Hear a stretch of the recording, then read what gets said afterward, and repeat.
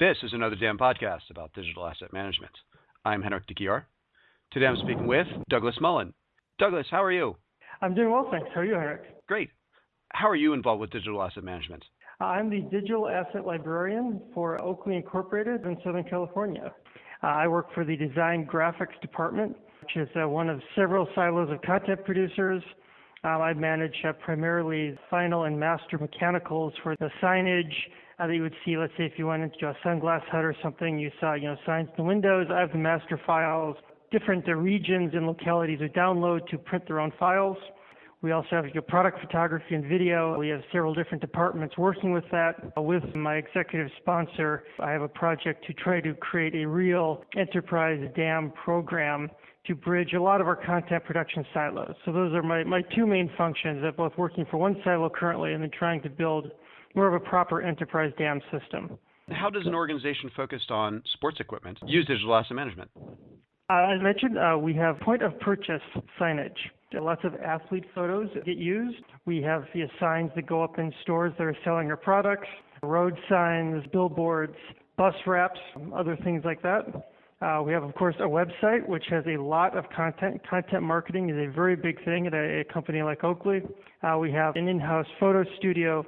We have a team of photographers who go on site to shoot athletes either at sporting events or for our sponsored athletes for, events that we have set up. And we have a video team which does much the same thing and produces a lot of content. So content marketing is a very big thing here, and that is pretty much what DAM is about from our point of view. What are the biggest challenges and successes with digital asset management?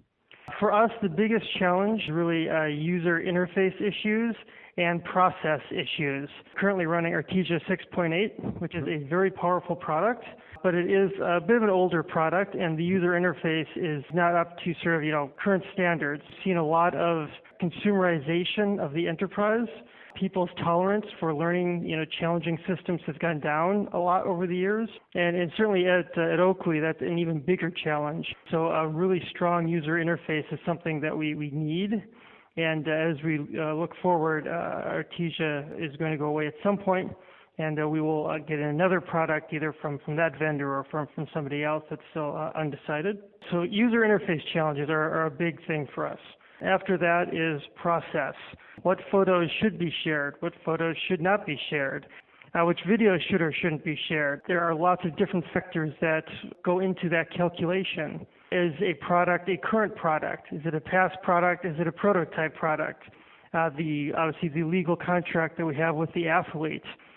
These kinds of issues can be very complex. So if an athlete, let's say, wins a contest wearing our board shorts, which are not yet publicly released, should we use that photo, or should that photo not be used because the product is not actually publicly released yet, even though the athlete winning a major contest is a major coup for us? What advice would you like to share with DAM professionals and people aspiring to become DAM professionals? I think it's very important to understand that this is a very varied profession in which it is people, process, content, and technology. And it's not possible just to focus on any one of those. Some people imagine that a digital asset person is a bookish person, hidden away in a corner just attaching metadata to files. But in reality, it is much more difficult than that. You must be able to interact with your end users to understand what their needs are. You often have to be assertive about getting your content. People are busy, and you often have to reach out to people and work with them to get content. Yep. The process issues are huge, and being able to understand the business in order to help people solve those problems and come to an agreement about them. And then, of course, at the technology side, you have to know how to talk the language of the IT people in order to have credible conversations, to be an advocate for your own DAM health, so to speak. That is very important. There's sort of a trend going on in the world today of sort of marketing technologists, is a phrase that I've heard a lot about, but people who come from the business side of the company, but who understand technology. And I think that being a DAM librarian kind of fits in with that in certain ways. I very much come from the business side. I understand the people and the content and the process issues primarily. But I'm also able to speak the language of the IT department to be an advocate for my stakeholders for their requirements. In addition to that, there's a lot of training opportunities out there in the world today. DAM is growing a lot. There are a lot of people trying to learn about it. There's free webinar stuff that one can certainly see, although often that's vendor sponsored, and so it tends to be very solution focused and not always as focused on the people process content, although people do talk about that, of course. And then there's great conferences at Henry Stewart and Creatosphere. I'm a member of SLA, which keeps me connected to the library world, the Special Libraries Association. And then the DAM Foundation is also, I think, a great resource to learn a lot more about the profession. Well, thanks, Doug. Oh, well, thank you, Henrik.